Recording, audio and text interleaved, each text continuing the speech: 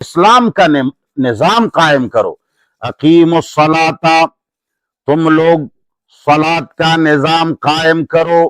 اب آپس میں ایک دوسرے کے ساتھ وہی نظام صلاۃ اسلام جس میں نمازیں بھی آتی ہیں ان کو قائم کرو، ایک دوسرے کے ساتھ ان کو سیکھو اور سکھاؤ. وآتوا الزکاۃ، اور دے دیا کرو زکوٰۃ.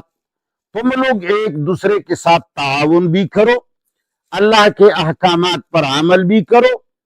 اب تم لوگ ایک قسم کا ٹریننگ کرو، اپنے دین کے اوپر ایسے پکے ہو جاؤ کہ تمہیں نظام صلاۃ سمجھ بھی آ جائے اور اس پر پختہ بھی ہو جاؤ، اور ایک دوسرے کی مدد بھی کرو، اور اس کے ذریعے سے تمہیں صبر کرنا بھی آ جائے گا اور تمہیں آگے بڑھنا بھی آ جائے گا.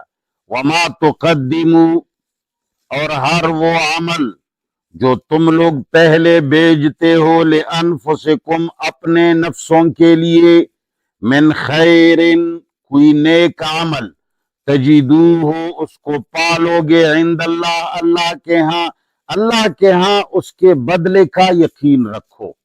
یہ نظام جو تم اللہ کے لیے نظام صلاۃ قائم کرتے ہو اور زکوٰۃ دیتے ہو، ایک دوسرے کے ساتھ تعاون کرتے ہو، پکے رہنا چاہتے ہو، اب یہ جو تم کرتے ہو یہ آسان تو نہیں ہے کہ بھائی نظام صلاۃ قائم کرنا. نظام صلاۃ کے اندر تو بہت سارے احکام ہیں، اکیلا نماز تو نہیں ہے، اس کے اندر تو یتیموں اور بیواؤں کی امداد بھی آتی ہے، مظلوم کی مدد کرنا بھی آتا ہے، اور اخلاقیات بھی آتے ہیں، معاشرت بھی آتی ہے، معاشیات بھی آتی ہیں، اس میں سارے عقائد بھی آتے ہیں، اس میں انسانوں کے ساتھ اچھا برتاؤ اور سلوک بھی آتا ہے، جانوروں کے ساتھ، زمین اور پودوں کے ساتھ، سب کا حقوق ادا کرنا پڑتا ہے. وہ آسان تو نہیں ہے.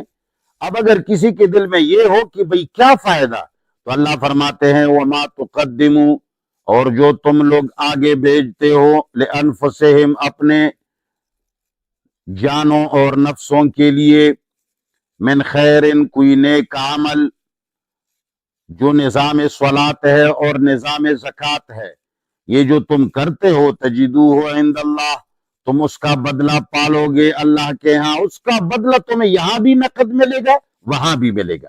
یہ نہیں ہے کہ نظام صلاۃ اور نظام زکوٰۃ سے آخرت کے لیے تمہیں انتظار کرنا پڑے گا، نہیں. دنیا ہی کے اندر اللہ تعالیٰ کا جو نظام ہے اس کے سارے فائدے دنیا ہی کے اندر سامنے آتے ہیں.